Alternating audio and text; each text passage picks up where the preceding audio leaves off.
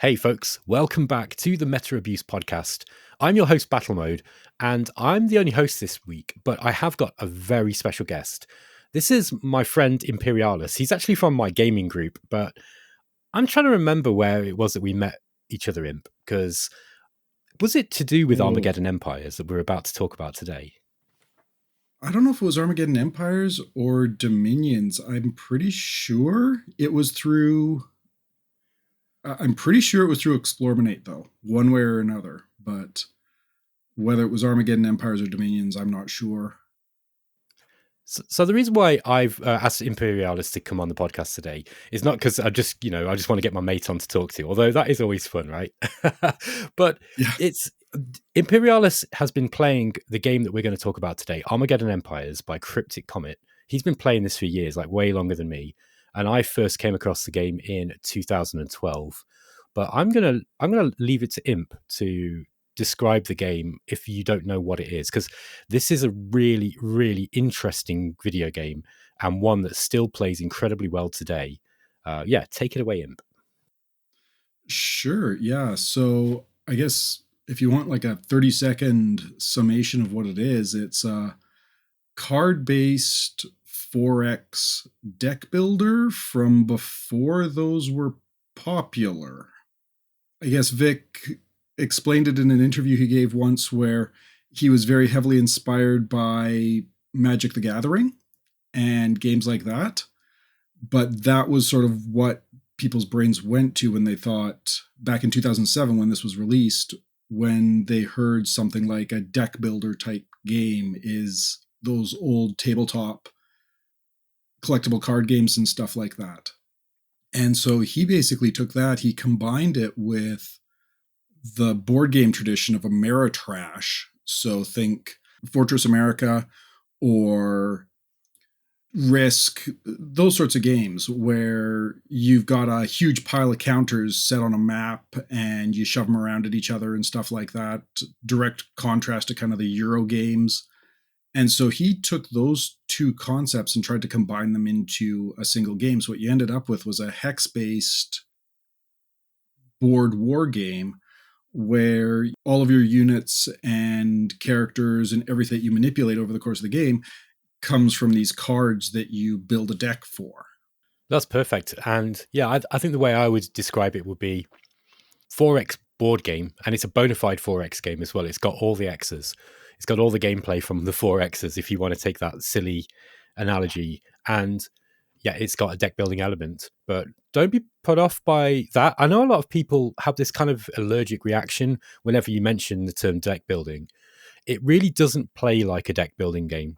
In fact, if you're just playing with the default settings, I should also say it's a digital board game as well. This is not available as something you can buy in a cardboard box with all the pieces and take it out and play with your friends in physical format. It's digital only. It's a computer game, but it's just presented as a board game basically, and it's unique in the sense that it's made in, I think, is it Adobe Director? Yeah, Adobe Director or Macromedia Director, whatever it is they ended up calling it at the end, which is actually the source of most of its technical troubles because that's why it's locked to such a strange resolution and why it doesn't do like hotkeys or keyboard commands very well. A lot of that sort of stuff is actually linked back to I don't know if you want to call it an engine or not, but to this Adobe Director thing that he programmed it in, which it was not intended for. Like, I think Adobe Director was mostly meant for multimedia presentations and stuff like that, like sort of a fancy PowerPoint almost. And he somehow managed to kludge this together into a functioning game. That's right. He wasn't a programmer, I don't think, originally. I think he was a games designer first, if I remember right. The sad thing is that his company, which is Cryptic Comet, it's not around anymore. Vic Davies is the name of or Davis. Vic Davis is the name of the developer. He's an American board game designer, really, or an American game designer. But he quit the industry a few years ago and went on to do different things. He's also behind Solium Infernum, which has been remade recently by League of Geeks, is it? League of Geeks. Yeah, that sounds right. I think it's League of Geeks, right? And A remake I wasn't massively impressed with. I've got to be honest, but mostly because of the visual presentation. I felt that the graphics in it were appalling. Just really bad art design in it. I mean, art direction was just really really bad. However, pretty good remake, very close to the original in terms of gameplay, and that's really what matters. Going back to Cryptic Comets games, one of the things that is really really nice about them is that Vic Davis commissioned artwork to be done for every single card in the game, for both Solium Infernum and for Armageddon Empires. And he managed to get multiple artists working on this project because there's a lot of art in Armageddon Empires, right? And it's actually really, really coherent. So that's one of the first things I'd say about the game. It looks beautiful. It's like a really, really good looking game. That's really what pulled me into it at first. Was I think it was of all things, a rock paper shotgun article from way back in the day. We're talking maybe 2008, and they posted this article about this insane strategy game about a post-apocalyptic Earth where it's been simultaneously invaded by two different alien species. The backstory for Armageddon Empires is actually really neat. It's set in, I think it's like 2225 or something like that, and it's 200 years after humanity makes first contact with the xenopods in the machine empire. And it's interesting because the whole premise is they don't actually care about us. They've been fighting each other for the past 10,000 years, and sort of the front of the war just happened to move over Earth. And so our entire civilization is basically just wiped out as oops, collateral damage. And so, of course, but yeah, so you were talking about the art though, and sort of how one of the great strengths, I think, of Armageddon Empire's art is how well he manages to capture that feel of what would this world look like, that where everything has just gone completely insane. You don't get invaded by one alien species, you get invaded by two. And they're not even invading you out of malice or anything like that. They're just sort of wiping you out because you're in the way. We're literally ants. And then after a decade or so, the front lines move on somewhere else. And then the past 200 years has been slowly reconstituting into something resembling a civilization, while at the same time dealing with the leftovers, the guys who get left behind from both the Xenos and the Machine Empire.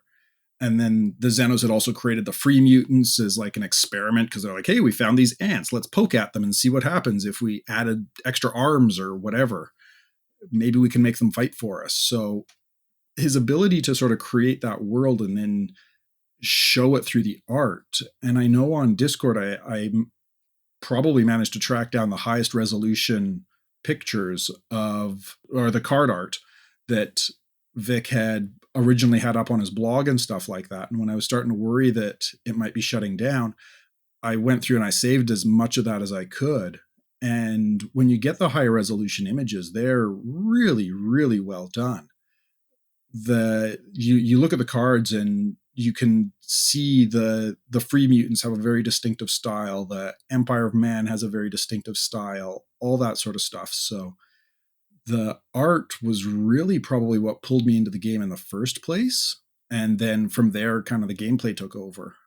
And I want to make a couple of points. One is that it's really sad because when Cryptic Comet went down, the website went down, the forums remained up for a while and now they've gone. And it's a real shame because they were an absolute goldmine of information about all of Cryptic Comet's games. Vic Davis made another couple of games as well. He did the Occult Chronicles, which is it's like a kind of classic board game crossed with a roguelike, I guess. Sorry, roguelite. With a big Lovecraft influence Lovecraftian vibe. It's got like, yeah, you're a sort of, I don't know, an investigator going into an area, is it a house? And you're a mansion or something, and you're investigating what's going on. And there's this kind of Lovecraftian kind of plot with cults and stuff going on. And then there was the Six Gun Saga. The Six Gun Saga, of course. That's one I don't have. And I played the demo briefly, but I don't really remember much about that one. But they're all really interesting games. He's a really good game designer. So it was a real shame that the site went down. Going back to the art, though, I would agree. I think it was the art that really set the tone of the game for me, because it's quite a dense game, and we're going to talk about game mechanics shortly. But it's one of those games that you need to read the rule book, because there's a lot of rules. But it's concise enough that every single rule is documented in the game, in the manual. So, and the manual's not huge, so it's an incredibly well designed game. It's the full 4X experience. But in order to drag people into that game, to get people interested, it had to have a really strong visual cue. It's also got a really cool soundtrack. It's only one piece of music in it, but it's actually really nice. And yeah, it's got sound. The sound effects are well done as well. So he banged out a really cracking product. One of the nice things about Armageddon Empires, I would say, is, well, let's overview the game briefly between the two of us. So you've got 4 factions. You've got the Machine Empire. You've got the Xenopods. That's the alien faction. The Machine Empire are kind of like, the Terminators. What would happen if Skynet was left alone for a couple of thousand years? Then you've got the Empire of Man, which is the remnants of humans trying to rebuild some semblance of civilization from this post-apocalyptic wasteland.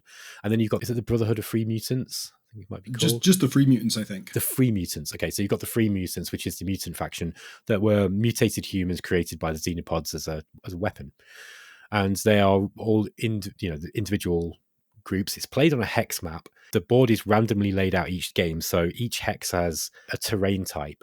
We won't go through all of the mechanics because it's kind of a complex game, but suffice to say, there's different terrain types which affects things like movement.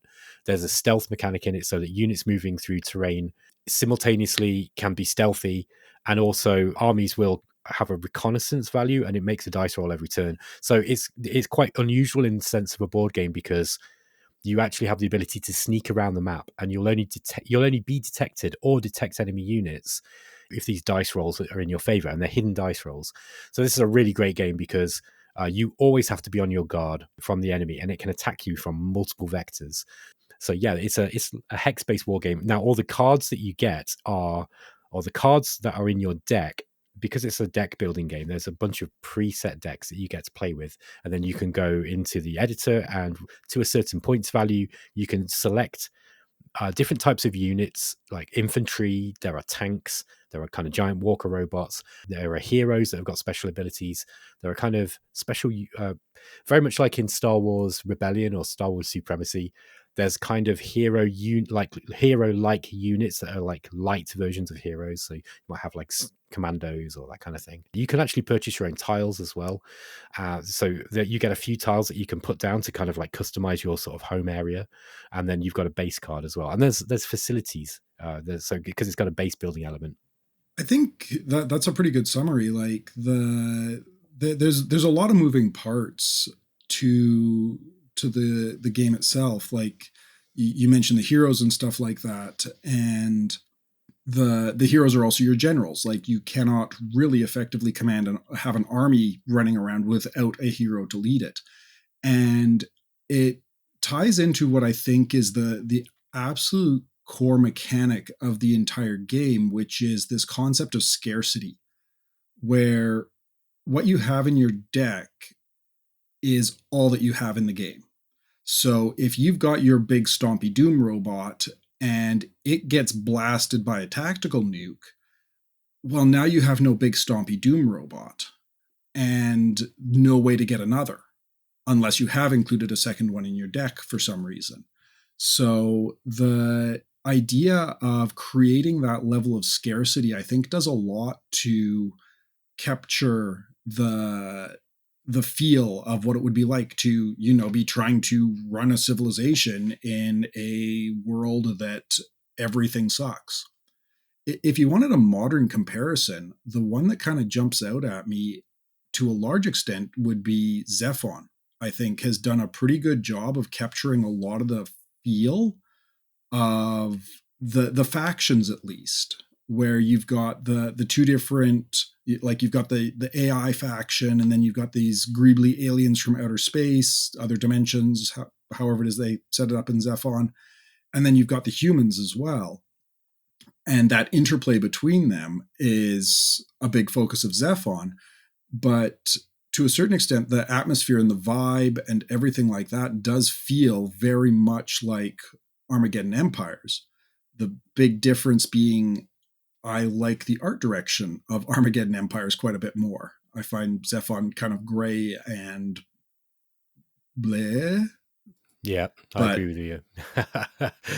Armageddon Empires, on the other hand, you've got this amazing, crisp, clear, hand-drawn card art and all that sort of stuff. So that was part of the reason why I really did not get on with the Solium Infernum remake either, because the art was such an important part of that game too. Solium Infernum had less art in it, I think, than Armageddon Empires. However, it was superb. It was really, really, really, really nice, really well done. And it's a game that's set in hell, basically. Like your dukes, barons, and lords of hell all fighting over for the throne. Right, very different game to Armageddon Empires, but an incredibly good game. And somehow League of Geeks turned it into this Aardman animation style thing. It looked like Wallace and Gromit. It was just so. I don't know for those of you who don't know what I'm talking about, it's a British animation firm that just make things out of clay, and they've all got these really goofy, sort of sappy, smiley faces, and it's just really bad. And sorry, the Aardman animation is great, but the Solium Infernum. Implementing that into hell.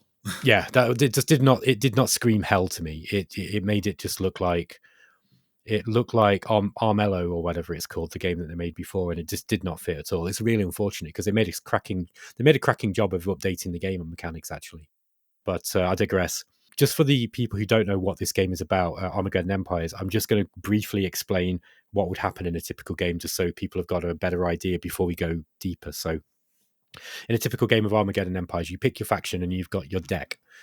The board will be generated. Then there's a dice system, and you roll for initiative. Right at the start of every turn, there's a bunch of dice, and they're two-sided dice. It's like flipping a coin, and you have a number of these dice, and you get a certain amount of action points for your initiative, and then the person with the initiative gets to move first. So you can spend your resources that are generated every turn on extra dice, right? So it's really ingenious, because if you've got excess resources, it allows you to snowball, at least in terms of being able to move first and to make more actions, because the action points determine what you can do. You will spend your action points on drawing cards from your deck in order to play things like tanks and infantry troops, facilities, and then you will form armies led by generals. You'll explore out into the wilderness. You'll find things out there like more resource generators. There are some NPC factions, at least with the DLC. There's like NPC cards that you can find, kind of like random encounters that you can fight or run away from, or fight usually.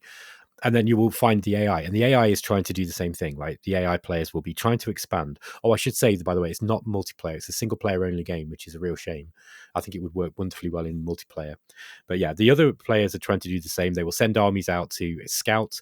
There's scouting. They'll send scouts out. Once they've detected you, they will then kind of determine whether you or the other player, because there's always at least 3 players on the map. Oh no, that's not right. I think you can have 2 players as well. You can do 2-player games. Sure. Okay. Yeah. So it's between 2 and 4 players, but so the other guys will determine who's the bigger threat, and then they'll start sending armies out to try to defeat one another. And there's loads of cool stuff. There's air units you can use, which have got their own rules. Yeah, so every turn you've got these resources that you gain. There's 4 types of resources, and the different factions use them in different combinations. Some of the, like for example, the Machine Empire don't have very much use for the human resource, which is kind of like I think it's called manpower. And so they don't use that so much unless you bring specialized cards that use them, but they make more use of technology and the materials. What's the third one? Fuel, I think. Energy, yeah.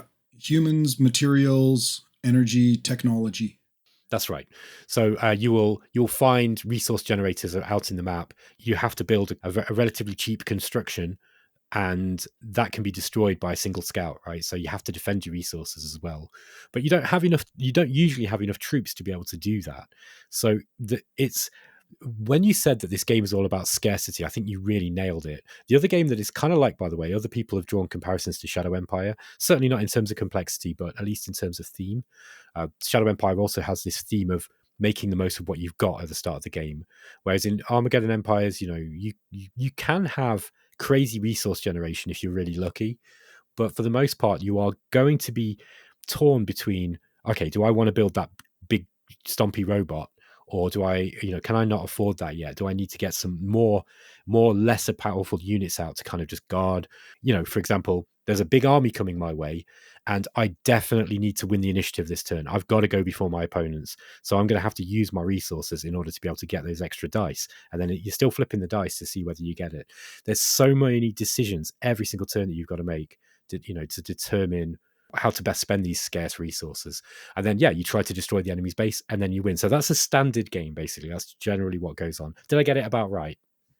No, I'd say so. Yeah, 100%. And the other thing, too, that just to tack on to this idea of scarcity is that it goes beyond just like limited in your deck, limited it as to what resources you have available and everything like that. But right down to if you've ever played any of the old collectible card games like Magic and stuff like that, like the having the cards that you need come up at any given time is also really key. Like there's a huge luck element to it, which I think to a certain extent is, and I'm sure we're going to end up talking about the AI more later on, but I think it's one of those things that it serves the AI very well, because so often in strategy games, one thing you'll notice, or one of the common complaints you'll see about the AI, and whether you're looking at dominions or civilization or whatever, the complaint very often will be that the enemy just kind of throws random nonsense at you, right? Like you'll be playing a game of dominions and fighting against middle-aged Ermor or something like that, and suddenly they'll hit you with an army of 300 militia. And people rightfully are like, well, that's kind of silly. I'm supposed to be fighting these Skelly boys, and instead I'm dealing with random independent troops. It's one of those things that I think the deck building aspect of it actually, and the random nature of that, really helps the AI with, because sure, they might be throwing some fairly random stuff together in armies, but so is the player, because those are the cards that have shown up in their hand. And while you can sort of build a deck around hoping to get certain cards or try and stack the deck in a way, like, again, anybody who's played Magic, especially if you've ever played it competitively, knows about how to build a deck to get the cards that you want. And it operates using very similar rules. But the AI and the player both relying on the random stuff that comes up in their hand means that it's a lot less shocking when the AI comes at you with the random stuff that it has found, because you're doing that exact same thing. So I think that originally the AI and the random nature of the game were part of the criticism that people had about the original, when the game was first released. I think some people were a little bit nonplussed by the fact that the game can be quite random. It's kind of like Conquest of Elysium 4 was, in the sense that sometimes you can play a game and you really feel like you got screwed by the RNG. And that is a valid complaint. I've seen you play, and I've had the same issues where you might play for 20, 30 turns and you kind of know you've lost, right? Because you've just got a whole bunch of cards that you can't afford at the start of the game. The AI's likely gone out and populated the map a lot faster than you could get out there. Now, it's not that big of a deal, and because it's such a fast game to play, like, a typical game takes somewhere between 2 and 4 hours, I'd say, to finish. The very large maps might take longer, but for me, it's about sort of 2.5 hours, 3 hours. So it's not a huge amount of time that you've wasted if you do find out that you have had bad luck. However, I think that the random nature of the game, I don't think that game would work as a deterministic game anywhere near as well as it does with the random dice rolls and the random draw of the cards, because that's part of the excitement of the game. It's like, oh, what am I going to get next? It's like that gambling thing of the random rewards. That's always enticing and exciting, but it all, like you say, it also helps the AI, and it kind of masks this kind of issue that we have with the kind of strange army composition that we often get in strategy gaming as a general.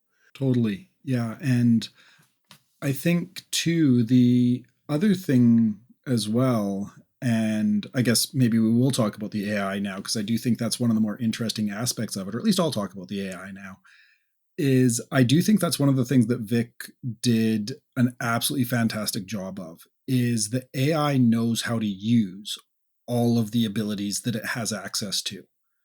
one of the mechanics in the game is if you get a research lab and you get scientists, for example, you can build tech and genetics cards to enhance your units. And I think I showed you the screenshots for this.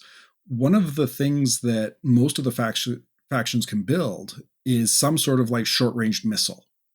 Think like a Tomahawk or a cruise missile of some sort like that. And I was playing, and the Free Mutants managed to get a scientist, get their lab up, and build these missiles. And then over the course of a single turn, was able to look at what it had, decide that this is what it was going to do, and it would have had to have done it several turns in advance, build up a stockpile of missiles, and then proceeded to attack my headquarters, my stronghold, with a barrage of 3 or 4 missiles, just one after the other, after the other, after the other, which is something that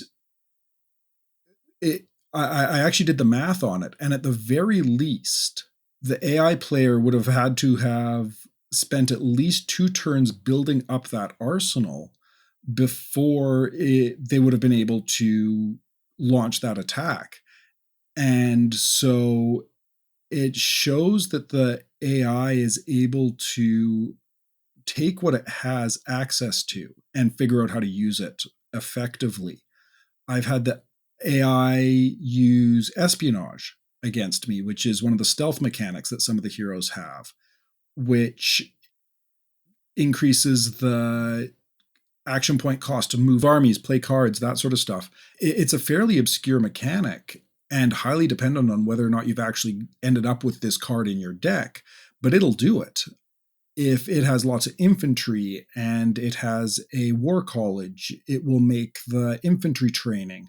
So its ability to look at what it has directly in its hand and what it has on the board and figure out how to make those bits work together, I think is one of the more remarkable parts or features of the way that it makes decisions. And by relying on the random nature of the deck as kind of a baseline for that, it can create some really, really interesting scenarios. That's a great point. And this was something that I was going to say before and I kind of forgot, but I think part of what makes the AI so good at playing the game is that the decks are actually very coherent. There isn't very much in those army lists. And, obviously you've got a huge number of cards for each of the 4 armies. Now there is some similarities, like they've all got a kind of tank, they've all got a kind of big monster, but within each of those army cards or unit cards, they have many different abilities and there are synergies between them, right? So, for example, you might have a transport unit that will enhance the power of any infantry. You've also got this combined arms bonus as well, which is really cool. But the AI knows how to use all this stuff most pertinently, right? And I think the reason why it knows how to use this stuff in a coherent way, and this is also, by the way, partly why the point that you made about the AI, the random nature of the way that the game deals the cards to you kind of sometimes covers for for what might in other games come out as really weird kind of motley crew armies where you've just got these weird things just kind of thrown together. I think part of what saves that actually is the fact that the decks are so coherent and it's so well designed. There are some weird things in the game, I guess, like, for example, with you got the thralls for the Machine Empire, which are kind of like one of the rare human type units that they use. But for the most part, everything's has a place, and I think that does really help the AI. So there might be a little bit of an kind of clever sleight of hand illusion going on there, because the AI seems to be using all this stuff really, really well, and it's clearly programmed to know how to use everything. But because everything is so coherent anyway, I think that's part of why it looks that good. What do you reckon about that? No, I 100% agree. And I think you really see that when it comes to the heroes in particular, because that's where there is significant difference between the factions. Take the assassin heroes, that sort of class of heroes. I've been playing a lot of the Xenopods recently, and one of the interesting things there is their assassin heroes, they have no ability to conduct espionage. They do not have an espionage hero. Whereas you compare that to the humans who have one of the best espionage heroes in the game, or you look at the the Free Mutants or the Machine Empire who have, and I know you love these guys, the heroes with the assassins with the Slayer ability, where one success auto kills their target. Oh, I love those guys. Oh, aren't they fun? Yeah, especially Yeah. when you're on the receiving end. They're fun to use. They're not so fun when you one of them sneaks onto your base and kills all of your generals. I mean, there are ways of dealing with it, of course. And if you're a bit of a noob or you've not played for a long time, like sometimes happens with me, that catches you out, man. Like the AI knows how to use that stuff. That's the important point. It's programmed to use all these crazy tools, right? And I think that's what really sort of allows everything to kind of come together. But it is, yeah, just being able to recognize this is what this card can do and this is what I can do with it and how I can use that most effectively. I was really surprised when the humans had Artemis Vance running around in my base doing espionage, because that's not typically how I use him. I usually keep him at home as a more defensive hero, but they were using him very offensively and to pretty significant effect too. I think that Vic Davis took risks with games design that modern developers wouldn't even go anywhere near for fear of negative Steam reviews, right? So, for example, the idea that the assassin can sneak into your base and kill all your generals, and if you don't have any counter for him, if you've got no recon units or you haven't got an army there to be able to hunt him down, you're kind of done, right? And imagine that in a modern Age of Wonders game. It's just not going to happen, right? They will not put stuff like that in. And for all the cruise missiles or the ability to wipe out an enemy base in a single nuke, like this. So there's pretty much every faction apart from the Xenopods has got a doomsday device. The Xenopods have got a doomsday device. It's the egg laying thing, and it's pretty dangerous, but it's not like an instant game over. But the nukes, the nuke equivalents, like the gravity bomb, whatever it is that the Machine Empire have, if you sneak a hero into an enemy base and use a nuke, it's game over, because you've lost your HQ. There's no coming back from it. And so this is an ever-present threat, right? Again, this is a risk in games design that it was not going to be taken in modern games design. Like developers are just terrified of anything that might cause people to cry that it's unfair. Now, sure, if you're making a 4X game, let's say, Distant Worlds 2 or something, right? Which is like it's a 20, 30 hour playtime minimum, pretty much. And you've played for 20, 30 hours, and then suddenly your really fun empire building sandbox game gets wrecked because something snuck into your base and killed you. That's not going to work, right? But you have to take into account the sort of 90 minutes to like 4 hours playtime of Armageddon Empires. I think it's perfectly acceptable to have these kind of game ending threats, right? So I think that Vic Davis was way ahead of his time. You cannot get games designers like him anymore because the way that the industry works is it rewards kind of lame, cheesy, easy gameplay because people don't refund the game within two hours, or they leave us negative Steam review because these assassins sneaked into their base and killed all their heroes and it was a game over for them. And I mean, hell, it's a single player game, right? If something like that happens, you just save scum. But people don't like that kind of thing anymore. So I think that this game really does represent an era of games design where it was like this in the 90s as well. Many games are like this where developers wanted to make games fun for people, and they always tried to keep out really unbalanced stuff for the most part. But they weren't terrified of the negative reviews, they weren't so concerned with it, I think. And so I think Armageddon Empires has got a lot of stuff in that. It can actually make the game slightly frustrating to play as well, and that is a downside because I'm sure you've got experiences to talk about in terms of Yep. Yeah, I'd agree. And though I don't know if I'd use the word ahead of his time, I'd almost say behind the time, right? Because if he was ahead of the time, then he would have probably, I don't know, included loot boxes or something like that. And yeah, good interestingly point, enough, I do remember that being something else he mentioned in an interview years ago, where he was saying, and this would have been when the game first came out. Like, I think it might have been an interview with Rock Paper Shotgun or something like that, again in 2007, 2008, They loved his games, man. They did loads of articles on Solium Infernum as well. One of the guys there sure did, yeah. But he did an interview with him, and one of the things that Vic was like very, very clear on, and he kept saying is like, this is not like Magic. You don't have to go out and buy the cards. It comes with everything you need. You don't need to buy expansion packs. And And that amount of work that must have taken, man, it's, you know, it must have taken him years, and the artwork oh, must have been so expensive. I've got an idea of how much artwork costs to get done for a game, because my friend Ray Fowler commissioned an artist to do all the artwork for Remnants of the Precursors, and it cost a lot of money.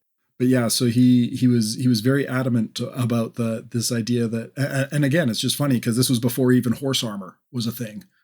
Uh, back when Skyrim that released the horse armor as the first DLC or whatever that caused a bunch of controversy, and this was like 3 or 4 years before that. And you've got Vic Davis like, no, you own everything. As soon as you buy the game, you don't have to go out and buy booster packs.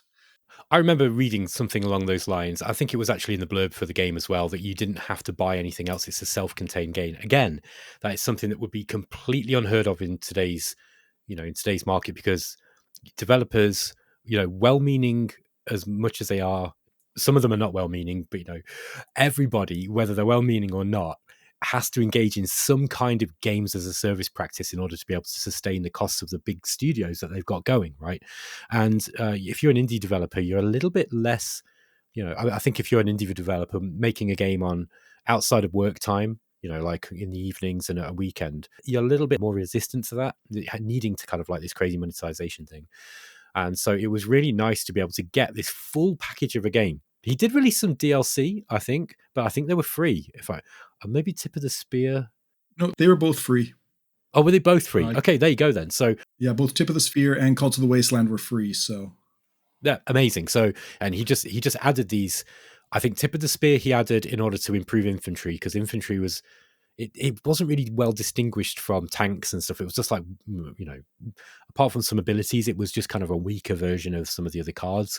And when he introduced Tip of the Spear, which was an infantry focused edition, that was really cool, because then you had this kind of combined arms bonus stuff that came in, which rewarded you for using infantry and vehicles together. You were able to train your infantry with these special cards, so that your infantry could actually level up and upgrade and get these special abilities. And I mean, some of these stuff that I was learning how to play the game from watching you quite recently, how to play a game, because I was a casual Armageddon Empires player, right, when I first played it back in 2012 or whenever it was I first got it. But I've started, I mean, you were the first person I watched who was playing it, who actually tried to make a lean deck. I don't care if I've got 50, 60 cards in my deck, because I just want all the cool stuff. No. Imperialus, he's like, no, I want 20 cards and not a single one more. Whatever you it was. Can't have fewer than 40. I have found that out. You have to have at least 40 cards. Okay, so it was 40 or 41, I think you were doing, and I was just like, wow, that's crazy. I've got like 80 in my deck. But you get punished for it. But yeah, so it's just an interesting, it's just a really, really interesting game, because there's nothing else quite like it, on the market, really. What you were saying about how you tend to build your decks out a bit bigger because you like to see all the cool stuff. I keep mine quite small because I keep them fairly focused. The thing is, your way of approaching it is perfectly valid as well. And there's another YouTuber. He's literally the only other guy I know who's done any real Armageddon Empires content, and he hasn't for years. He is still active, but a fellow by the name of Lotari, and he has a similar philosophy to you. He likes to include all sorts of really big stompy things and stuff like that, and he'll play huge games with 275 point decks and all that sort of stuff, and has an absolute blast with it, and it works for him. It is one of those things where you can approach the game with multiple different styles, and I think be very effective. So don't knock your big decks. I mean, let's face it, the giant stompy super robots are still pretty cool kind of regardless. So yeah, but there's something elegant about the way that you play. So one of the ways that Imperialus plays, he really uses the combined arms stuff. So he relies upon, you rely upon infantry and some of the sort of like smaller or mid-sized tanks. You don't generally take the the really, really large, expensive tanks, and you try to keep your deck as small as possible. The downside of that, of course, is if you lose any units in a battle, it's a big problem, right? Because you don't have that many. You've pretty much planned out how each army is going to be, but because your deck's so small, you've got a better chance of being able to get those cards onto the field and get those important synergies going. Whereas the way that I play, I've got a whole lot more stuff in there, and it's way more random what I'm going to get. But because there are more cards, and I do try to take, plenty of each type of card, generally speaking, I've usually got something to play with. Like I say, both totally valid play styles. This is one of the wonderful things about the game. It's incredibly, incredibly replayable.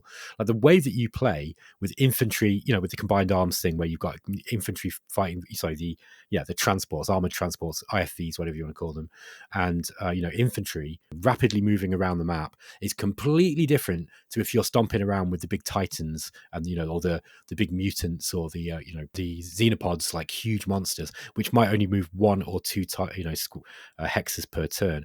Then you're playing a much slower kind of paced expansion game. You can do crazy things in this game, right? I think most of the factions have got some kind of way of launching missiles not from your base. So you can actually take a rocket launcher with you, essentially, and you can build those cruise missiles, and you can go and park it outside of the enemy's HQ or something, and then just fire the cruise missiles off, right? Or, like you said, you can rely heavily on, say, the genetics cards or the technology cards. Say, like, right, I've only got one big stompy robot, but I'm going to put so much stuff on this thing. It's going to be absolutely ridiculously hard to kill. I came across a situation in one of my recent games, and this leads us into another topic of discussion of what's interesting. He's put a load of pop culture references in, right?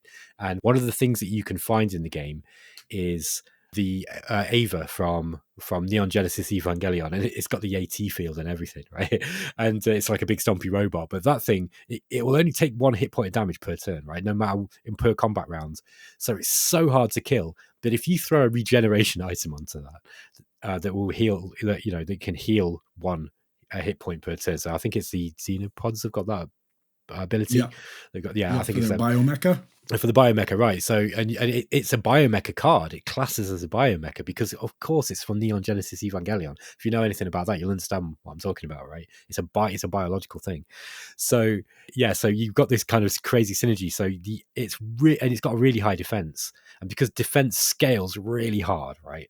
You boost the defense up somehow, maybe with one of your commanders that can boost defense, or you're fighting in favorable terrain, or you're defending whatever it is, and then you just can't kill this thing. It's kind of broken. Like I kind of broke the game. I realized that there's nothing that even if the AI had like an 8 stack with a decent general, he's going to have to use a lot of tactics cards to even be able to take this thing down, because being able to roll over, like, what was it, 8 defense, and then and you only do 1 damage at once, you're just not going to kill this thing. So there is some broken stuff. I just thought it was an interesting point, though, because you can really come up with some crazy strong synergies, which I really like in single player games. Particularly, I like broken stuff in single player games. I think it makes them fun, especially if they're kind of hard to do, like that one is. Oh, 100%. And I mean, heck, you can pull stunts like that off. Like, never mind the Eva. One of the mutant techs is actually to give an AT field to one of their giants or dinosaurs. So you can literally have a Brachiosaurus with a 120 millimeter cannon strapped onto its back, walking around with an AT field. So it has a similar approach to something like Dominions, where everything is broken, but because everything is unbalanced and everything is broken, everything balances out. That's interesting. Yeah, that's interesting, because it's not just that one thing. There's a bunch of there's a bunch of mechanics in that game that are difficult to deal with. Like I say, if you've got no counter for the assassin, the assassin with what's that ability again? The one that kills in one Slayer? hit. Slayer. That's right. If you've got a Slayer on top of your HQ and you've got no way to counter it, that just feels broken, right? The whole thing with the Ava, or the AT field on the Brachiosaurus with the gun strapped to his back, that can feel terribly broken if you've got no way of countering it. But by the same token, every faction does have a way to counter that. Like, if you're dealing with the AT field on the dinosaur and you're playing Empire of Man, build a tactical nuke. And sure, the dino only takes 1 point of damage, But the rules for the tactical nuke is if a unit gets hit by that card and takes a point of damage, it dies. So you've dealt with giant scary dino, no problem. The Machine Empire has the nanite cloud thing that does a whole ton of extra damage that bypasses the AT field. So everything that's out there has a counter. Even the idea of like a tactical nuke or a strategic nuke taking out your base, every faction has the option of taking a hardened base, which doesn't automatically get destroyed by a nuclear weapon. So everything that is broken. And you can find those on the map as well. Sorry to interrupt, but yeah, you can actually find other bases that you can take over and use as your HQ.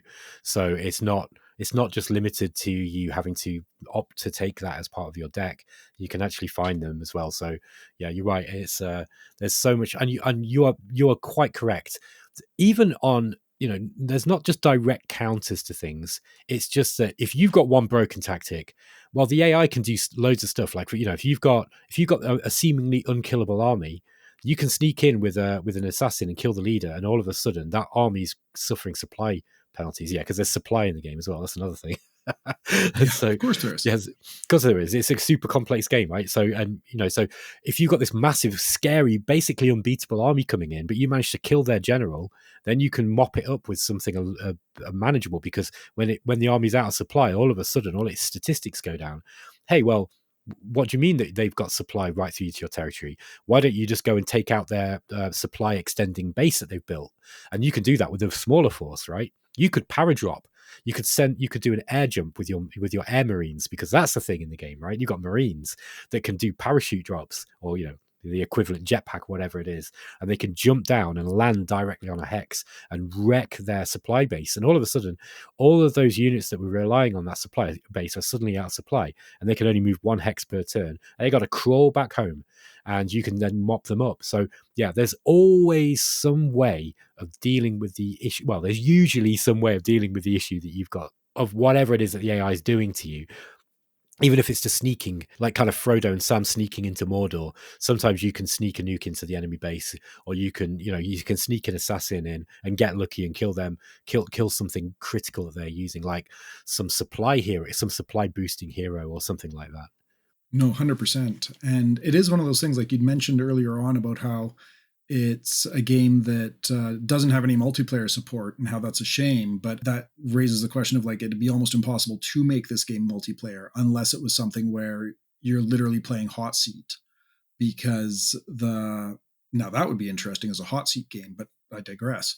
But the issue is there's so much of it is reactive, right? Like Dominions works well as multiplayer because it's asynchronous. Everybody submits their turn and then it just auto battles its way out. Whereas with something like this, everybody's taking their turn, but the sequence of the turns changes every turn because you roll for initiative. If you're attacked, you respond. You can play fate cards. You can use or tactics cards rather. You can roll fate, all sorts of stuff like that. There's so many moving parts that it makes it, I would say, almost impossible to try and turn this into a multiplayer game, which sucks because it would be really cool to play it multiplayer. But at the same time, I couldn't see how you could make it work. It's something that I've been thinking about. Like, that would be a nice little project to try to convert this game into a multiplayer game. And it will show you just how far I've thought into this project, because you just surprised me. I'm thinking, oh yeah, of course, you've got the whole initiative system and the fact that the turns change. And when you're fighting, every single turn you've got to make a counter, right? So in a combat round, one person takes an attack with an army card, and then the next person makes their defense, and you've got to roll the die. Every time somebody makes an attack, you have to decide, am I going to use a card to help my dice rolls, even if it's just clicking the button to roll the dice. So yeah, it would be a very, very difficult. I think you'd have to substantially change the game in order to bring it to multiplayer, actually, now I think about it. One of the things that I think it does really well is how it's a game where it's very, very much reliant on kind of setting your own challenges. There's no difficulty setting per se, But there are a couple of checkboxes that you can go through to make the game significantly harder. I think I mentioned to you at one point how what I've found is a good challenge for me, and what I think makes the AI perform the best, is to give it lots of resources. If you're able to figure out a way to give the AI resources to work with, it can be very, very effective, because I think one of the limitations that it does run into is if it gets stuck with a lot of high cost cards in its hand, it will really struggle to get those out and use them effectively. But if you are able to give it the resources that it needs to play the higher value cards, it will very effectively utilize those to become quite challenging. And so a couple ways that I've kind of found works for me is to increase the point value of the decks that the AI is using, but at the same time keep the point value of your deck lower. There is an option to give the AI extra starting resources, which, to be perfectly honest, is something that I have yet to beat. I have been, thus far at least, unable to beat the AI after giving the AI extra starting resources, because what it lets them do is throw a whole bunch of resources into going first, which gets it more action points. And then it's able to use those action points to clear its hand much, much faster, and actually start getting through its deck and get to some of the cards that it can start to play together very effectively. And so, but what's interesting when it comes to setting the difficulty is very often, like just about any other AI, especially in a strategy game, the way you make the AI harder is you give it more tools, right? Like if we were to compare it to Conquest of Elysium, I know that you talk about how playing on Knight, I think, is the difficulty that you like to play on. Yes. When you're playing on Knight, the AI gets a 25% bonus to all of its income, which can be quite difficult to overcome. And I find with Armageddon Empires that you can set up a similar scenario even though there's no difficulty settings, if that makes sense. Yep. You can increase the value of the tile cards, your starting tiles, to let the AI use them more effectively. And then you just don't use all those points when you build your deck, right? Yeah. So this is an example of what I've heard termed organic difficulty in video games. And the concept of organic difficulty would be, rather than having classic difficulty settings like easy, medium, hard, you have more of a sandbox-ish element to the game where the player has plenty of scope and tools and room to be able to set their own challenge. So a good example of this would be Dark Souls, right? Dark Souls does this really well. Dark Souls has got this reputation of being an incredibly difficult game. It's actually not that difficult if you grind, right? So the bosses can be quite challenging. The attack patterns can be pretty brutal, especially in the later games like Elden Ring and stuff. But you can make Dark Souls, Souls-like, the FromSoft Souls-like games, trivially easy by just grinding, right? So if you're like me and you really enjoy just walking through the levels, taking in the atmosphere, killing the base level enemies, which are fun, by the way, because they are actually quite tough to kill, you can actually just level up and, you can get to the point where you can just kill the bosses pretty easily, right?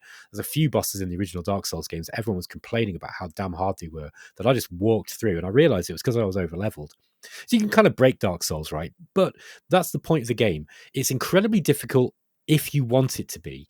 If you want to try to go through and, only use your fists to kill all the bosses or something crazy like that and not level up. People do these like level 1 challenges and stuff. So it allows the player to set their own difficulty. And that is a really compelling thing in providing that it's done well. Armageddon Empires is a great example of this. I originally saw people talking about doing this in Armageddon Empires, really because Vic Davis was responding to complaints from people that the game was too easy.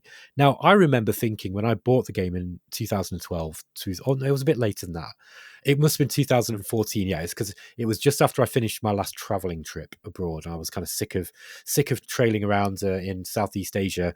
I'd cut my feet in on a beach in Cambodia, and I was holed up in a hotel for about 10 days. And I just downloaded some games from my laptop, and Armageddon Empires was one of the games that I downloaded. So yeah, it must have been about 2014. Well, anyway, Vic Davis was saying, if you find the game too easy, then you should just try to challenge yourself with, like you said, don't use all the powerful cards. Don't use all the powerful synergies that you've come up with between the cards. Try to challenge yourself, because he's designed the game to have this concept of organic difficulty baked into it. Now, there are some, traditional difficulty settings, like you said, in the form of resource modifiers that you can give to the AI, and there's a couple of other little options that you can give it as well, I think, but for the most part you're relying on organic difficulty. So if you're the sort of player who cannot help but min-max everything, you don't have any discipline, and you always have to use the most powerful broken strategies, it might feel a little easy to you. And once you start getting your head around it, it's like Conquest of Elysium. The more you sort of get into the game, the more you realize its depth, and the more you are encouraged to kind of play with what is there in that sandbox. I like to see that in games. Like, that's one of the reasons why I still love Dark Souls so much. I still play, I play the Dark Souls games a lot now, because even though I play them a lot, I still get something from them, because I can always go in and go, maybe I'll try a different weapon set, one that I'm not very good with, or maybe I'll try a magic build this time. It's the same with Armageddon Empires. If you don't like a particular faction, you can have so much fun just sticking with that same faction you've played over and over. Like, if you only ever play Empire of Man, my God, are there some crazy builds that you can come up with. Like, try playing a build that's based around the Jump Pack Marines, so you can get this kind of like idea of Assault Marines from Warhammer 40k, or just use infantry and just use strong infantry tactics, and you'll be surprised at how strong you can make even those basic infantry unit if you really know the game well. Yeah, no, 100%. I think that the diversity of the factions, I think, is one of the things that really kind of sets it apart. And I touched on it a little bit earlier talking about the heroes, but even looking at the units and stuff like that, there's an overarching theme to each of the factions. The Machine Empire, for example, tends to have, and I mean, a lot of this is just straight up out of the manual, but it's very, very powerful units that are very, very expensive. And they come out off the assembly line, as it were, and the machine tech isn't the greatest. It exists, they have tech and they have genetics, but nothing to really make their guys significantly better than they are out of the gate. You contrast that with a faction like the Empire of Man, where their base units are decent and fairly well-rounded, and they've got a couple big heavy hitters, like their big multi-turreted tank, the elephant and stuff like that. But for the most part, I find them to be a faction that really relies quite heavily on tech. Then you've got the Free Mutants, who are probably the faction that I struggle with the most, even if I really want to like them. Same. Where their strength is also their weakness. They are incredibly hard hitting. You will have a difficult time finding units that do more damage than the Free Mutants units do. The problem is they almost universally have very low defense and pretty mediocre hit points, so they tend to die very easily too, which makes it very difficult to sustain a Free Mutant army, especially because the other three factions all have at least something they can build that will give them effectively unlimited units. The best of the bunch is the Brood Hive with the Xenopods, because it gives them very good units for effectively free. But it's randomized.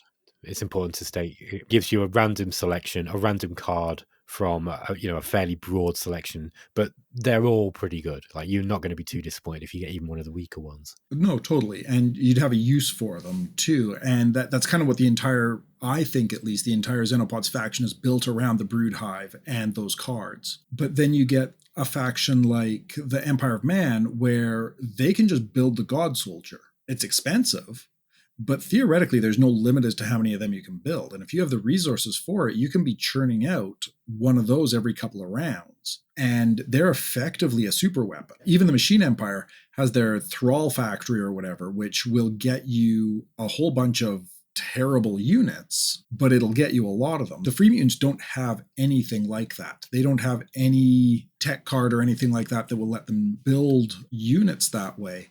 So in some ways, you combine that with the lower defense, the lower hit points, and that sort of stuff. They're a very challenging faction to play. But it just highlights how differently the different factions approach things. And a lot of the differences might seem subtle at first, like every faction has an intel center, but every faction's intel center works slightly differently. So they're similar, but at the same time, the way you have to approach playing each of them is quite different. And I think that really kind of plays into a lot of the replayability aspects of it too. Once you get one faction figured out, like I'm very good with the Empire of Man. I like their tech. I like how their armies build out. I like their generals. I think they're a really, really strong faction. They have the best air unit in the game with this stealth bomber. And so worst comes to worst, you put a nuclear weapon on your stealth bomber and you're taking out an enemy that turn. They're probably one of the easier factions to play and one of the easier factions to get your head around. But then you turn around and you pick up the Machine Empire. And if you try to play the Machine Empire the way you play the Imperium of Man, you're going to have a bad time. Oh man, I made that mistake after watching that video of yours where you were, showing off the combined arms thing with the infantry and the transport infantry units and the small tanks. I tried doing that with Machine Empire, and boy, does that not work. And I mean, it's so different. It can, but it's not easy. They're not really built for that. I think, by the way, just a point, Free Mutants have got they've got some interesting rules. One of the things that they've got is that they get extra supply range, and they've got a whole bunch of supply boosting heroes, if I remember right. So they've got some really good heroes that actually make them better than they sound on paper. I think that they are a challenging faction, but only in the sense that they're a bit of a knowledge check on the game. I think they are really strong. They have that glass cannon kind of aspect that you're talking about, where very, lowish hit points, really low defense, but really super hard hitting. I don't think that they would play well with a really lean deck. I think you'd be crazy to play them too lean unless you were very, very good at the game, because you are going to get casualties in Armageddon Empires. Stuff is going to happen that you're not expecting, like airstrikes from enemies, or you just randomly bump into an enemy because of the stealth stuff, and you just can't see it until it's on you. And retreating is possible. Hey, that's another thing. We were talking about how Vic took risks with this game that you wouldn't get.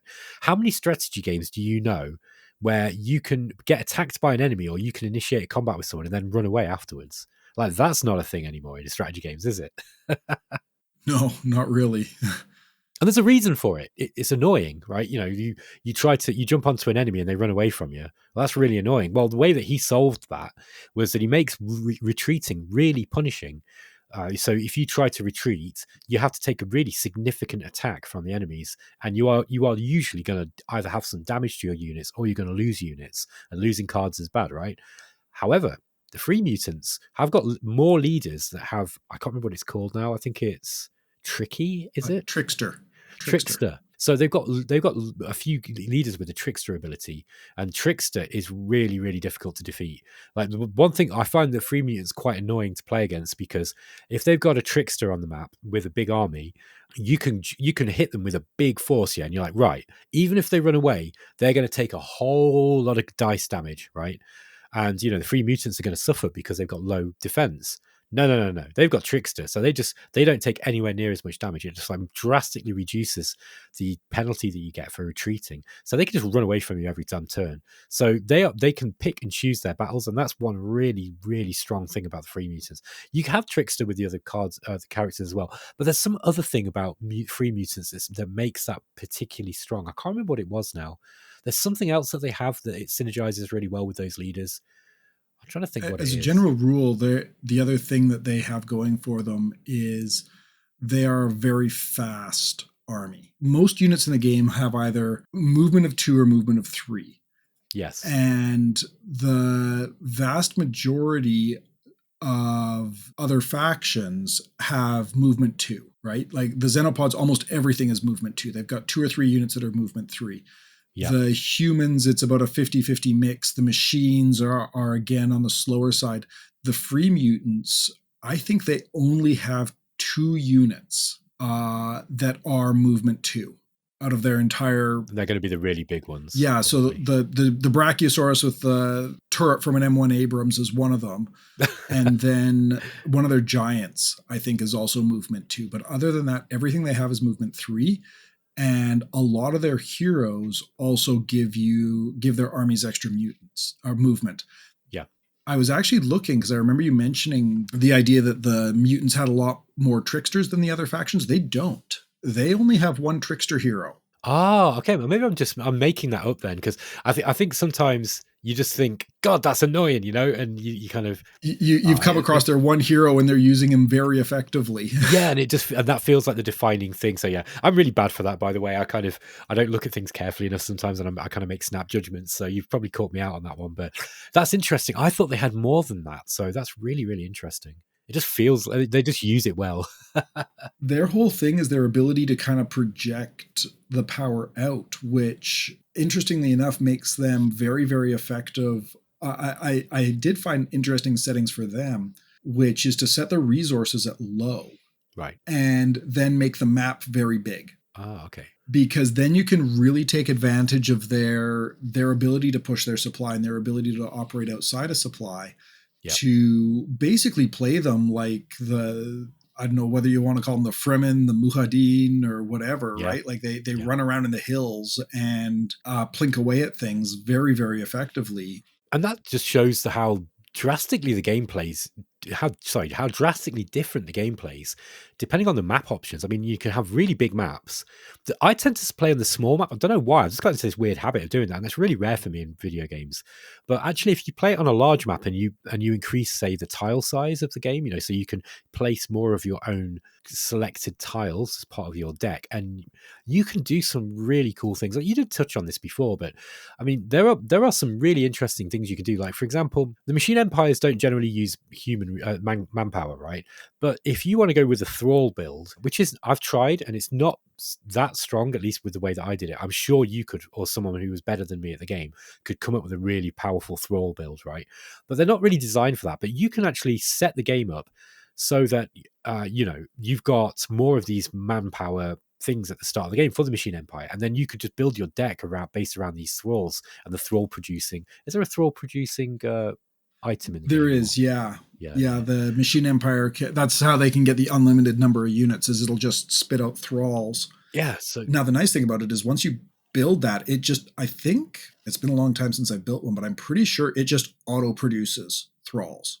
Yeah, I think it does. Yeah, that's mad. I mean, so again, in this game with limited resources, it even uses the idea of unlimited units as one of its mechanics, which is just wild.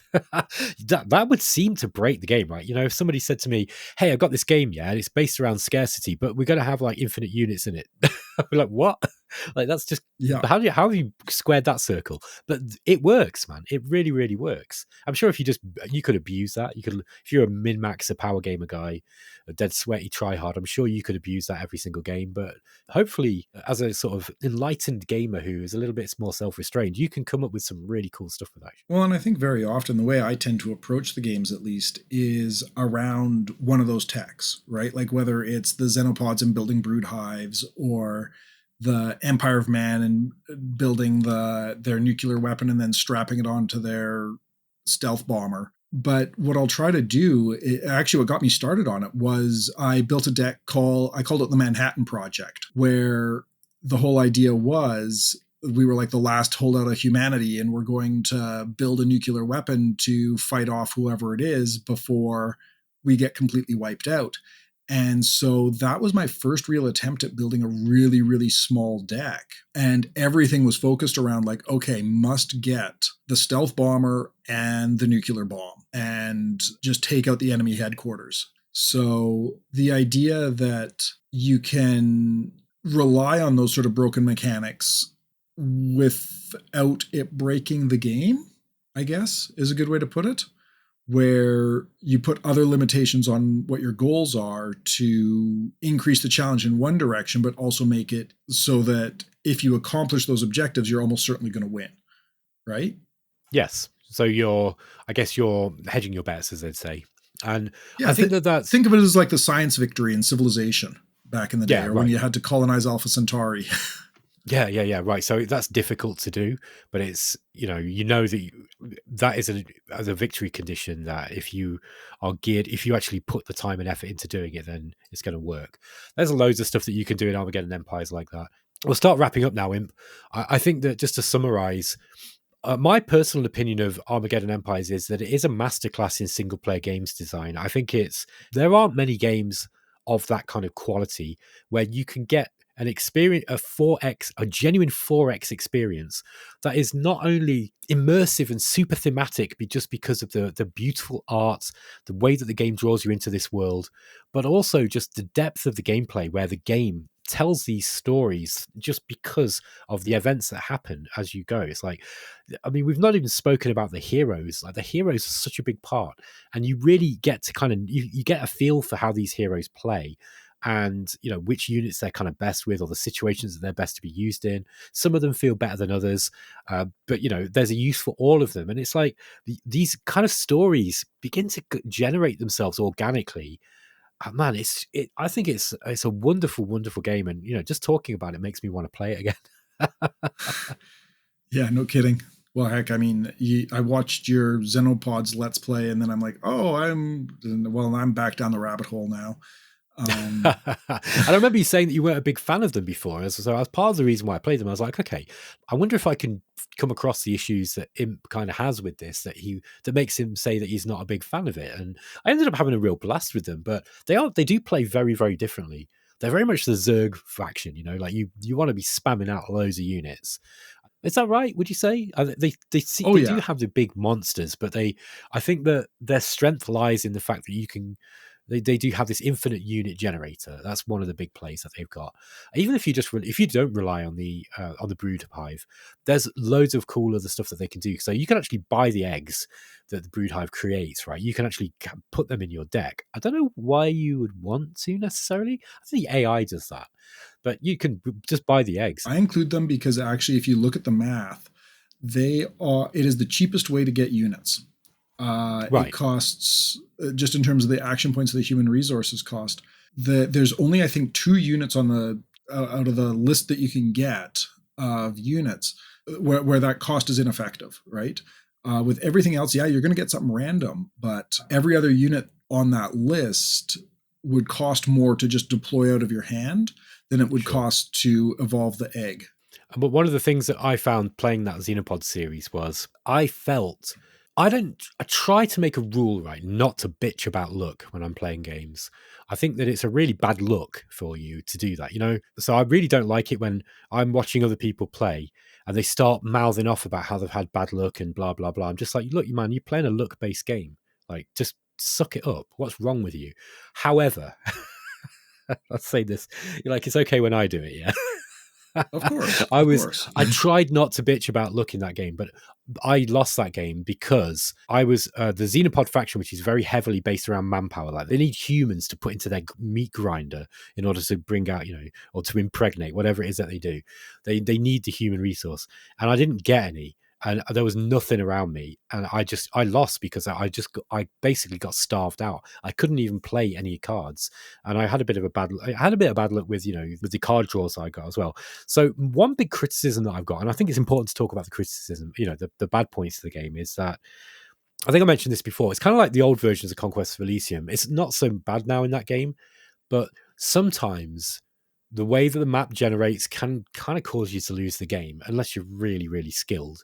Now, you shouldn't necessarily give up because I think there's always something you can do, but it can feel pretty brutal. Like, if you've got an 8 stack with a bunch of, the bloody free mutant giants that just hit like a ton of bricks, and they're coming for you, and you haven't got anything to defend them again. You haven't got a strategy because you've been outplayed basically, or you've had some bad luck with the draw. The game can feel a little bit unfair at times like that. But I feel that, I mean, what would you say about that? Do you find yourself rage quitting from from Armageddon Empires very often? Because I've had a few, I've got to be honest, but I don't think it happens that often to really leave. I wouldn't leave a negative Steam review over it. Put it that way.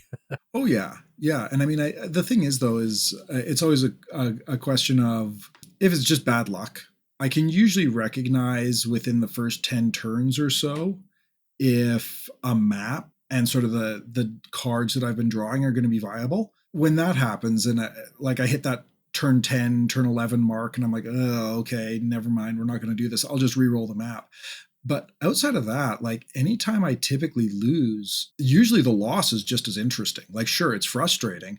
Was I frustrated when I got hit by 4 short-ranged missiles and they killed like all of my heroes and my lab and everything else? Oh yes, that was frustrating. And I've got a clip of that too, if it's if you want to see it at some point. But that's cool, right? It's really cool. And that's just it. Is more often than not, I find that whatever it is that's taking me out is just interesting to see. Like, oh wow, they did that. Contrast that with something like I think my least favorite part of Conquest of Elysium still is the Armageddon events, right? You know, like the demon invasion or the Hades invasion, Ants. ghost invasion, the ants, that kind of stuff, right? Now, a lot of people mod that out of the game, right? I just refuse to do it because I think it's part of Conquest of Elysium, and I think those Conquest of Elysium 5 is pretty much perfect. I know a lot of people will argue with me on that, but I love it. I've got Stockholm syndrome with it, I'm sure, but I love that. But it's still my least favorite part of the game when I'm having a really good game and then the demon invasion comes up, because I'm like, because you know that your chances of closing that gate are what do you reckon? 20%, maybe 1 in 5. Yeah. I think maybe 1 in 5 is optimistic, right? It's hard. And the ghost invasion, once that one happens, I tend to just restart because it's the most annoying one.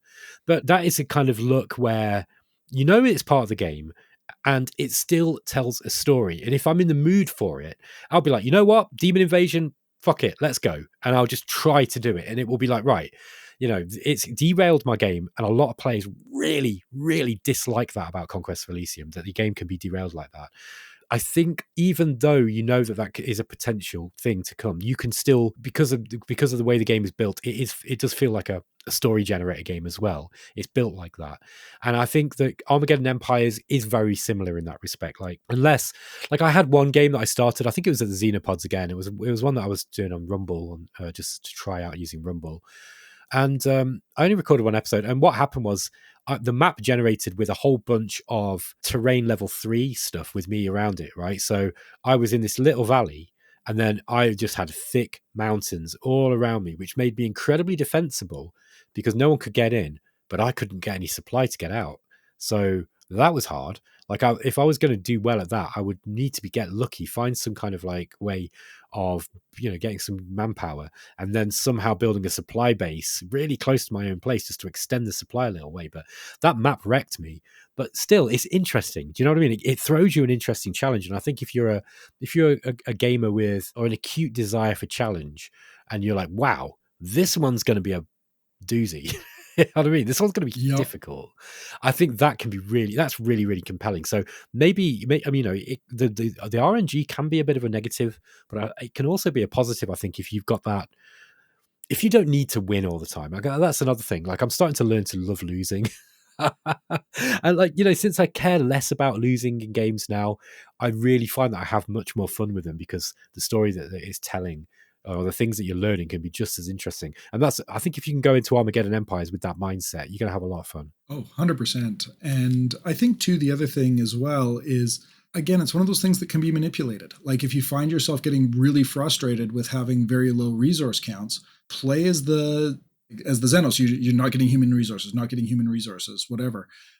Set up your deck so that you have 15 tile points and you pick a bunch of tiles with human resources on them. And there you go. You're in a position now where you can at least continue to play, even if you're not finding the random resources that you might need otherwise.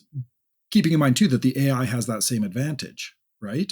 So that can be a pretty effective way, I think, to overcome some of that. But the other thing too is, unlike Conquest of Elysium, by the time you hit the demon invasion and stuff like that, you're usually like 3 or 4 hours into the game at least. Yeah, I guess. I mean, I can come. I'd say about an hour and a half. It can come. I mean, I think it's random. Yeah. It can come early. If it comes late in the game, that becomes. I think people get rightly frustrated because there's the empire building aspect of Conquest of Elysium and the exploration, and if you're starting to break into the other planes, and you've got you've found some really cool units. Let's say you've managed to charm a giant or a dragon or something like that, or you've got some crazy wizard with amazing abilities, and you're so excited, and then suddenly Hades invasion.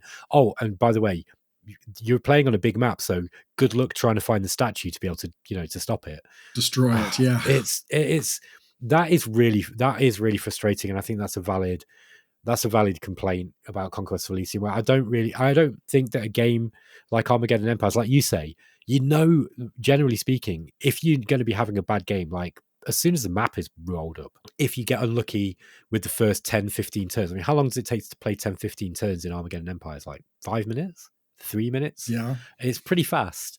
So really within the first 5-10 minutes of gameplay whether you're going to be in for a bit of a challenge rather than a chore. No, exactly. And I think even later on, you mentioned this at the beginning, but games of Armageddon Empires tend to play fairly fast. So even in instances where you do lose because the AI has done something cool, you've probably still only been playing for an hour, and that's when you get nuked. So that the time investment isn't there, right?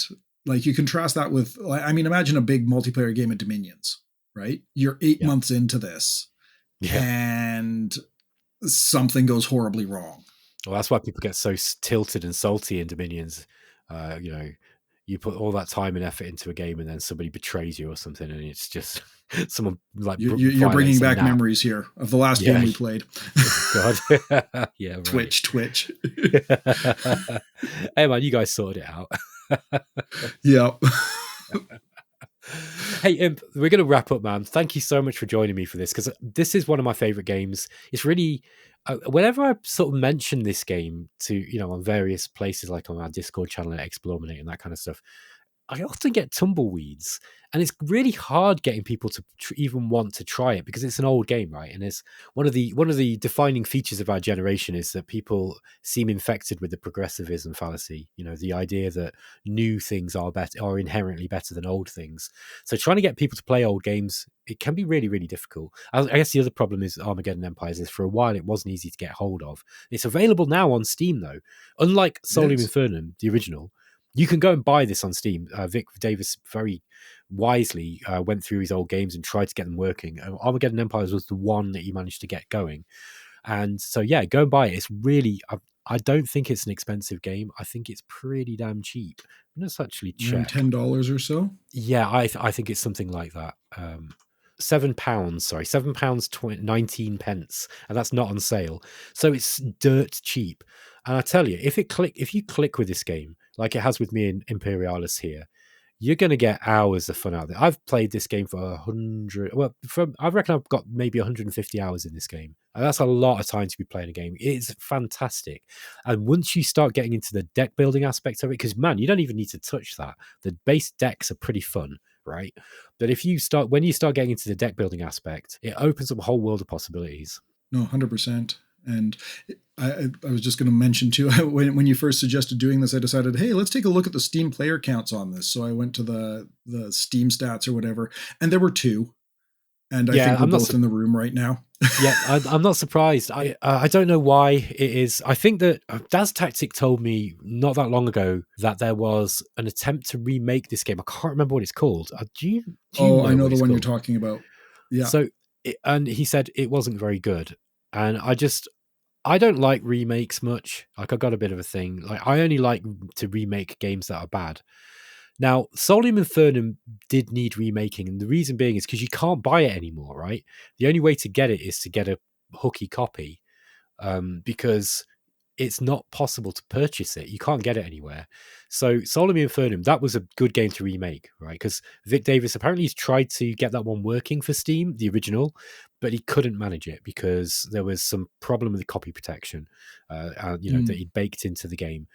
And that's a real shame, by the way, because the original Solium Infernum's really, really good. But you can go and check out the remake. The remake's not a bad game. Just be aware that let me just double check that is owned by Gravity, because I don't want to be slagging off a company if I've got the wrong.